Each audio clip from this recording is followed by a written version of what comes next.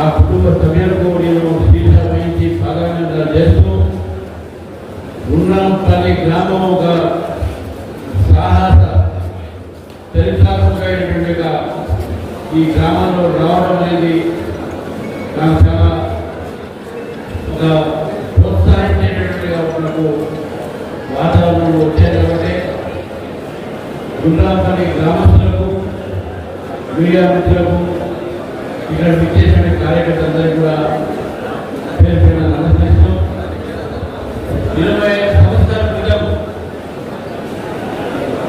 మహారాష్ట్ర మాజీ governor Bharatiya Janata party నాయకుడు Shri CS Vidyasagar గారు సెప్టెంబర్ 17 నాడు అసలు హైదరాబాద్ స్టేట్ అంటే ఇప్పుడున్న తెలంగాణకు మనకు స్వాతంత్రం వచ్చింది.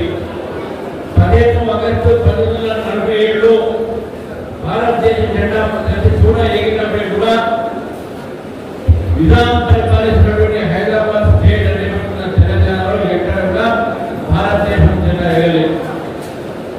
ఆ రోజు నిజాం ఈ యొక్క భాగాన్ని పాకిస్తాన్ ఉపజెప్పాలను, పాకిస్తాన్ భాగం కావాలను, లేకుంటే వేరే దేశం చేయాలని చెప్పేసి నిజాం ప్రయత్నం చేశాడు.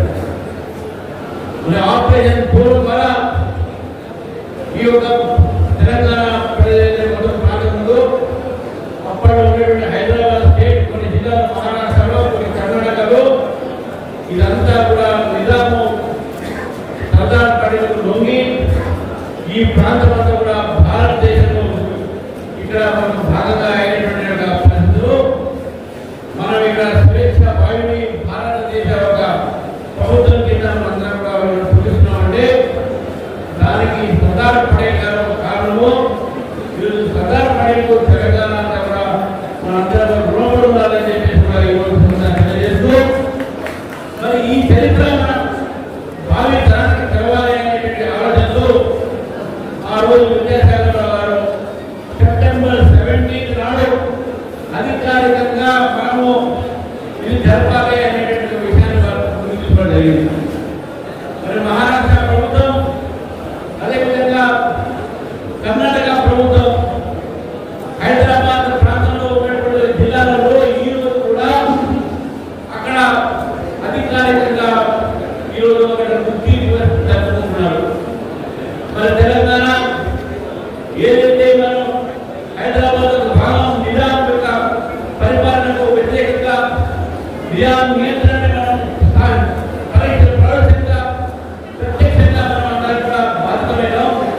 మరి అటువంటి యొక్క రాష్ట్రంలో ఈరోజు అధికారికంగా ఎందుకు జరపట్లే అనే విషయాన్ని ముందుకు తీసుకు వస్తే ఆ రోజు ప్రతి రాజకీయ పార్టీ కార్యాలయానికి విద్యాసాగర్ గారు మనం నియమించి నేను కాంగ్రెస్ పార్టీ కార్యాలయానికి, కమ్యూనిస్ట్ పార్టీ కార్యాలయానికి, తెలుగుదేశం పార్టీ కార్యాలయానికి ఇవ్వడానికి కార్యక్రమం జరిగారు. టీఆర్ఎస్ పార్టీ కార్యాలయం కూడా నేను తర్వాత వెళ్ళాను. ఇప్పుడు ఉన్నటువంటి ఒక ఏదైతే ఆ కార్యాలయంలో 17 సెప్టెంబర్ నాడు భారతదేశ జెండా ఎగిరేసి జనగణమన పాడుతా ఉన్నారు. అది కేవలం భారతీయ జనతా పార్టీ ప్రయత్నంతో, విద్యాసాగర్ గారి ప్రయత్నంతో జరుగుతున్న విషయాన్ని మనం గుర్తుపెట్టుకోవాలి. అందులో భాగంగా నేను ఉన్నాను కాబట్టి నేను కూడా చాలా గర్వంగా చేశాను. మీరు మీ యొక్క రాజకీయ పార్టీలో, పార్టీ కార్యాలయంలో మీరు జరుపుకుంటున్నారు 17 సెప్టెంబర్, 17 సెప్టెంబర్ అని. కానీ రాష్ట్రంలో ఎందుకు జరుపుకోలేకపోతున్నారు? ఈ రాష్ట్రంలో ఎందుకు జరుపుకోలేకపోతున్నారంటే అది మనందరికీ తెలుసు. ఇంతకుముందు నరసింహ చెప్పారు, మనోహర్ చెప్పారు, కాశన్న చెప్పారు. నేను ఒకటే మాట్లాడుతున్నాను ఈ ప్రభుత్వాన్ని. గతంలో టీఆర్ఎస్ ఉన్నప్పుడు కేసీఆర్ గారు ఉద్యమం సమయంలో వీళ్ళ శాఖ కాదు, వీళ్ళ చివరలో 17 సెప్టెంబర్, 17 సెప్టెంబర్ వీళ్ళ అధికారం రాగానే అధికారికంగా జరిపినా జరపలేదు. మరి ఒక కాంగ్రెస్ పార్టీ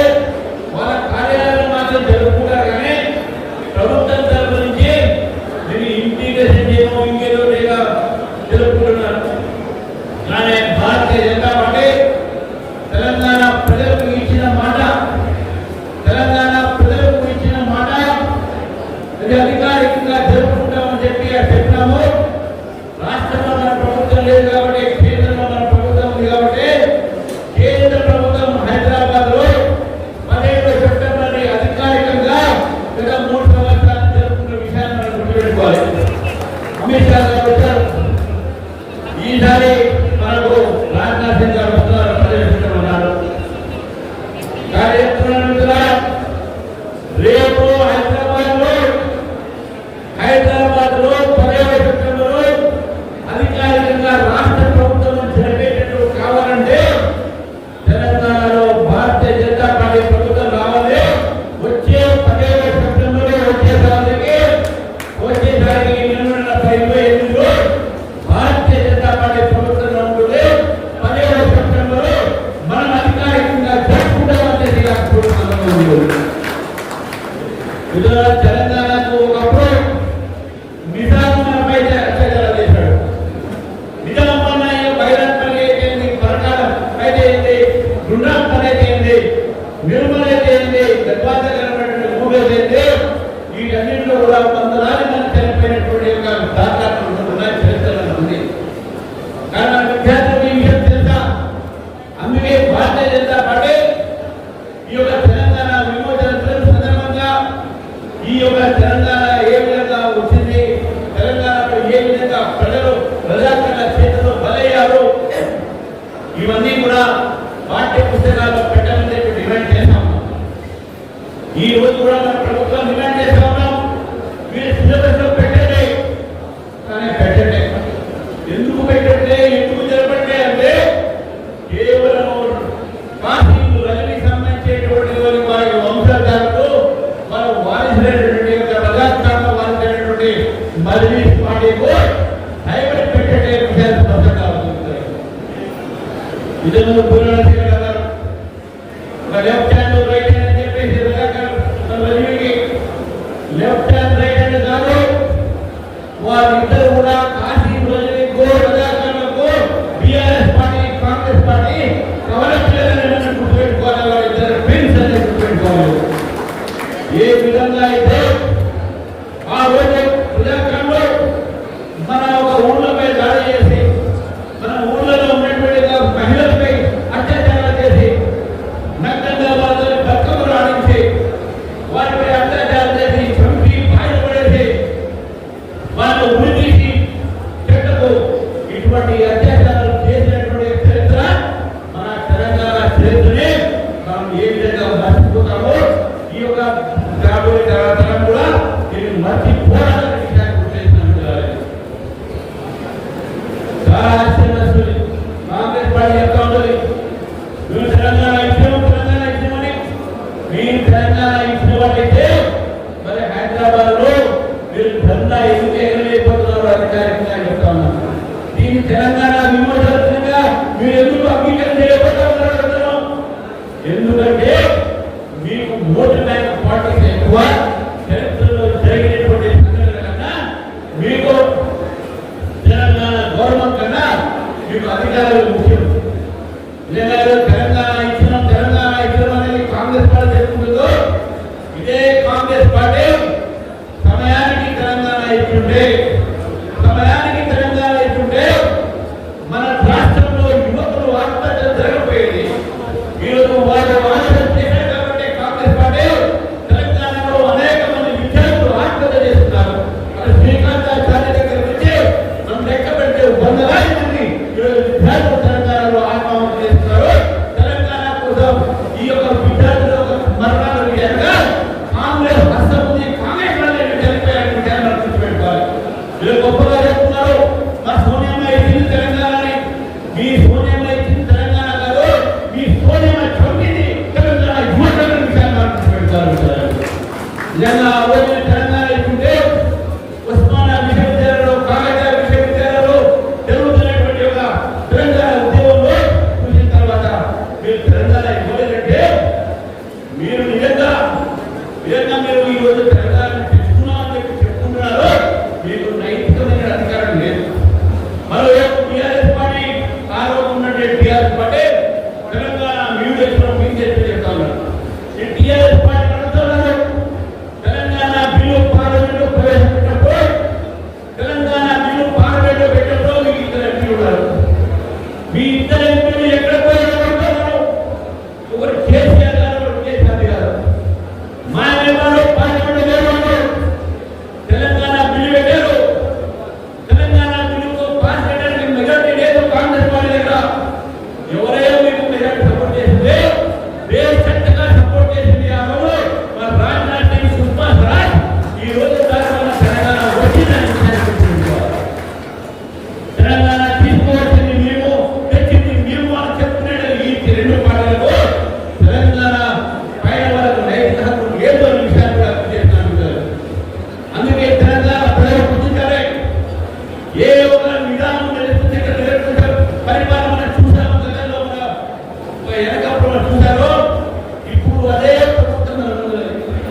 కేసీఆర్ గారు ముఖ్యమంత్రి ఉన్నారని చెప్పారు. ఏమని విధానం చాలా మంచి పరిపాలన కూడా చెప్పారు, చాలా మంచి పరిపాలన చేశారని చెప్పాడు. విధాన పరిపాలన ఏ విధంగా మంచి పని చేశారంటే ఈరోజు బీఆర్ఎస్ పార్టీలో ఊరు వైపు చెప్పేస్తాను. బీఆర్ఎస్ పార్టీ వచ్చే గుండ్రాంపల్లిలో వచ్చి చనిపోయినటువంటి కుటుంబాలు ఎవరైతే ఉన్నారో వాళ్ళ దగ్గర మాట్లాడాలని చెప్తున్నారు. ఈ మాట మైదానంలో వందలాది మందిని ఉరికించినటువంటి సందర్భాలు గుర్తుపెట్టుకోవాలి. వాళ్ళు కొన్ని వేల మందిని ఉరికించినటువంటి ఉరి వేల చెట్టుతో మరంతో ఇళ్లలో పోయి వారి కుటుంబాలు చెప్పాల్సిన అవసరం లేదు. నిజాం ఏ విధంగా మంచి పరిపాలన చేశారంటే ఈ యొక్క రాష్ట్రంలో మహిళలపై, పిల్లలపై, పౌరులపై అత్యాచారం చేసినటువంటి అమానుషంగా చంపినటువంటి రజాకారులు, ఆ నిజాం సైన్యంలో ఈ రోజు వాళ్ళే అత్యాచారం చేస్తే నిజాం మంచి పరిపాలన చెప్తారు. ఇది కాంగ్రెస్ పార్టీ తక్కువైంది లేదు. కాంగ్రెస్ పార్టీ కూడా అనేక సార్లు తెలంగాణ ప్రజలతో మోసం చేసిన విషయాన్ని మనం గుర్తుంచుకోవాలి. తెలంగాణ ప్రజలు గుర్తుపెట్టుకోవాలి. కాంగ్రెస్ పార్టీ ఎప్పుడు కూడా తెలంగాణకు చేసింది ఏమీ లేదు. ఈ రోజు కూడా ఆ రోజు నిజాం పరిపాలన ఏ విధంగా సాగుతుందో ఇప్పుడు కూడా అదే పరిపాలన సాగుతుందనే విషయాన్ని గుర్తుపెట్టుకోవాలి. కాంగ్రెస్ పార్టీ ఈరోజు కేవలం నిజాం సంబంధించినటువంటి వ్యక్తులకు, రజాకారులకు సంబంధించినటువంటి వారసులకు, మజ్లిస్లో ఉన్నటువంటి యొక్క సభ్యులకు మాటకు మాత్రమే ఆరంభిస్తున్నారు. ఎలా అంటే 42%లో 10% ముస్లింలు నిర్వహించారట. ఎందుకో మీకు అసలు వయసే, అదేవిధంగా అక్బరుద్దీన్ వయసు సపోర్ట్ కావాలి. కాబట్టి ఈ ఓటు బ్యాంక్ ప్రాక్టీస్ వల్ల మన దేశంలో మన విద్యార్థులు, మన యువకులు ఈరోజు చరిత్రని మర్చిపోతా ఉన్నారు. ఈరోజు చరిత్రను మర్చిపోతా ఉన్నారు. తెలంగాణ తెచ్చింది ఇచ్చింది మీరు కాదు, తెలంగాణ దోచుకుంటుంది మేము, తెలంగాణ దోచుకున్నది మేము అని నేను కానీ చెప్పేది. కేసీఆర్ గారు, హరీష్ రావు మీరు వినండి. మొట్టమొదటిగా తెలంగాణ వచ్చిన తర్వాత పరిపాలన అవకాశం మీకు ఇచ్చారు. 10 సంవత్సరాలు మీరు పరిపాలన చేశారు. ఈ రోజు మీ ఇంట్లో కుటుంబ సభ్యులాగే ఇంత దోచుకున్నారు, నాకేం తెలియదు, మొత్తం మా బావ మా అన్నయ్య దోచుకున్నారో చెప్తున్నది. ఇది తెలంగాణను దోచుకోవడానికి కారణం ఎవరంటారు? తెలంగాణను దోచుకుంది మీ దోచుకున్న డబ్బుని మీరు సరిగ్గా పంచుకోకపోతే ఈ రోజు మీ మధ్య గొడవ తెలంగాణ ప్రజలు గుర్తుపెట్టుకోవాలి. బీఆర్ఎస్ పార్టీ తెలంగాణ ప్రజలు ఒక డబ్బులు దోచుకొని, తెలంగాణ ప్రజల ఒక మనం దోచుకొని ఈరోజు వాళ్ళు పరిపాలించి ప్రజల వారు తెలుసుకుంటారు. రేవంత్ రెడ్డి గారు చెప్తున్నాను, కాంగ్రెస్ పార్టీ అదే చేస్తుంది. మీ కాంగ్రెస్ పార్టీ కూడా ఈరోజు ప్రజలు దోచుకుంటారు. ఈ కాంగ్రెస్ పార్టీ సభ్యులు కూడా ప్రజలు దోచుకుంటున్నారు. ఎక్కడ పడితే ఎక్కడ ఎమ్మెల్యేలు, ఈ ఎమ్మెల్యేలు ఈరోజు భూ కబ్జా చేస్తున్నారు. కలెక్టర్లు వెళ్ళి బీరోలు భూములు కబ్జా చేస్తున్నారు. ఈ ఏ ఊరికి ఉన్నా ఏ జిల్లాకైనా ఎమ్మెల్యే పై ఫిర్యాదు వస్తా ఉన్నాయి. ఇది చెప్తామని ఈరోజు కూడా కాంగ్రెస్ పార్టీ, బీఆర్ఎస్ పార్టీ, ఈ రెండు పార్టీలు కూడా నిజంగా తెలంగాణ పట్ల చిత్తశుద్ధి ఉంటే, ఈ దేశం పట్ల చిత్తశుద్ధి ఉంటే, ఈ దేశ ప్రజాపైన గౌరవం ఉంటే 17 సెప్టెంబర్ నాడు కనీసం ఇప్పటికైనా మీరు అధికారికంగా జరపండి. లేకుంటే మీకు ఈ దేశం పైన గౌరవం లేదు. మీరందరూ కూడా గుర్తుపెట్టుకోవాలి. ఈరోజు రాహుల్ గాంధీకి మొత్తం దేశం తిరస్కరించింది. రాహుల్ గాంధీ తిరస్కరించిన తర్వాత వారికి చెప్తున్నారు ఓటు దొంగతనాన్ని, ఓటు దొంగతనం కాదని మెదడు దొంగతనమైంది. మీరు మెదడు జాగ్రత్త పెట్టుకుంటే ఓటు దొంగతనం అయింది, మీ దగ్గర మీ ఓటుగా అంటున్నాడు. మరి తెలంగాణలో చేసింది మీరే కదా, ఇక్కడ చోరీ కాలేదా?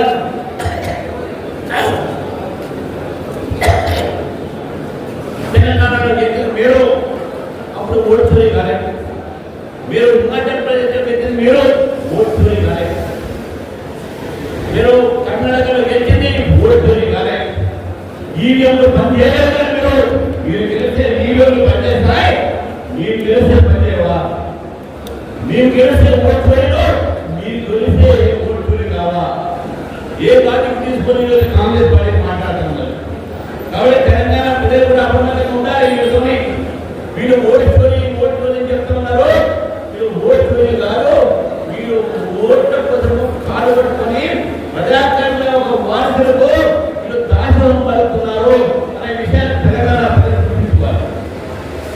మీరు ఒక ఇంట్లో యూపీఏ సెలక్షన్ అవుతాయి మా చెప్తాను. మరీ పార్టీ సంబంధించినటువంటి ఇళ్లలో ఒక్క ఇంట్లో 100 ఓట్లు ఉంటున్నాయి, 60 ఓట్లు ఉంటున్నాయి. అది ఓట్లు లేకపోతే ఏమి? మరీ పార్టీ గెలుస్తున్నటువంటి 7 అసెంబ్లీ నియోజకవర్గాల్లో అన్ని కూడా దొంగ ఓట్లు ఉన్నాయి, ప్రపంచాలు బంగ్లాదేశ్ ఓటర్లు ఉన్నారు. దీని కాంగ్రెస్ పార్టీ ఎందుకు మాట్లాడు? ఇవి మాట్లాడు. హిందువులకు అన్యాయం జరుగుతూనే మీరు మాట్లాడు, హిందువులకు అన్యాయం జరుగుతూనే మాట్లాడు, పనులు మూసుకుంటారు. కానీ వాళ్ళకి మాత్రం ఏదైనా జరిగితే తప్పు జరిగితే అయ్యో పాపం వాళ్ళకి రిజర్వేషన్ ఇవ్వాలి. ఉద్యోగాలే కాదు, చదువులు కాదు, వాళ్ళకు రేపు సర్పంచులు మనకు రిజర్వేషన్ ఇవ్వాలి, ఎంపీడీసీలు రిజర్వేషన్ ఇవ్వాలి, డెప్యూటీసీలు రిజర్వేషన్ ఇవ్వాలి. ఆలోచన మాత్రమే ఉంది. కానీ తెలంగాణ ప్రజలను బాగు చేద్దామని చెప్పి ఆలోచన ఈ 2 పార్టీలు లేదు. కాబట్టి హైదరాబాద్ లో రేపు 15 సెప్టెంబర్ ఏదైతే జరుగుతుందో ఈ 15 సెప్టెంబర్ జరుగుతున్న రాజ్నాథ్ సింగ్ గారు మరొకసారి అధికారికంగా కేంద్ర ప్రభుత్వం నుంచి మనం భారతదేశ జెండాలు ఎగరేస్తారు. ఇప్పుడు కూడా డిమాండ్ చేస్తారు రేవంత్ కానీ మీకు నిజంగా ఈ యొక్క ప్రజల ఒక ఏదైతే బలిదానం ఉందో హైదరాబాద్ స్టేట్ కోసం, లిబరేషన్ కోసం, ఉన్నతి కోసం, అది విమోచన కోసము ఏదైనా కానీ విలీనం కోసం ఏదైనా మీరు అనుకోండి, భారతదేశంలో భాగం కావడానికి దాని వెనక అనేక మంది ప్రజల ఒక త్యాగాలు ఉన్నాయి. ఈ త్యాగాల మీద గౌరవం ఉంటే ప్రభుత్వం అధికారికంగా జరపాలని చెప్పి డిమాండ్ చేస్తూ రేపు మీరు ఈ విమోచన దినాన్ని ఏ రూపంలో జరుపుకున్నా అది సరైన గౌరవం కాదు. కాబట్టి అధికారికంగా మీరు జరిపి దీన్ని విమోచన దినంగా ప్రకటించే రేపు కేంద్ర ప్రభుత్వం, రాష్ట్ర ప్రభుత్వం 2 కూడా జెండా ఎగరేయాలని చెప్పేసి ఒకే కూడా నేను రేవంత్ రెడ్డి గారు డిమాండ్ చేస్తా ఉన్నాను.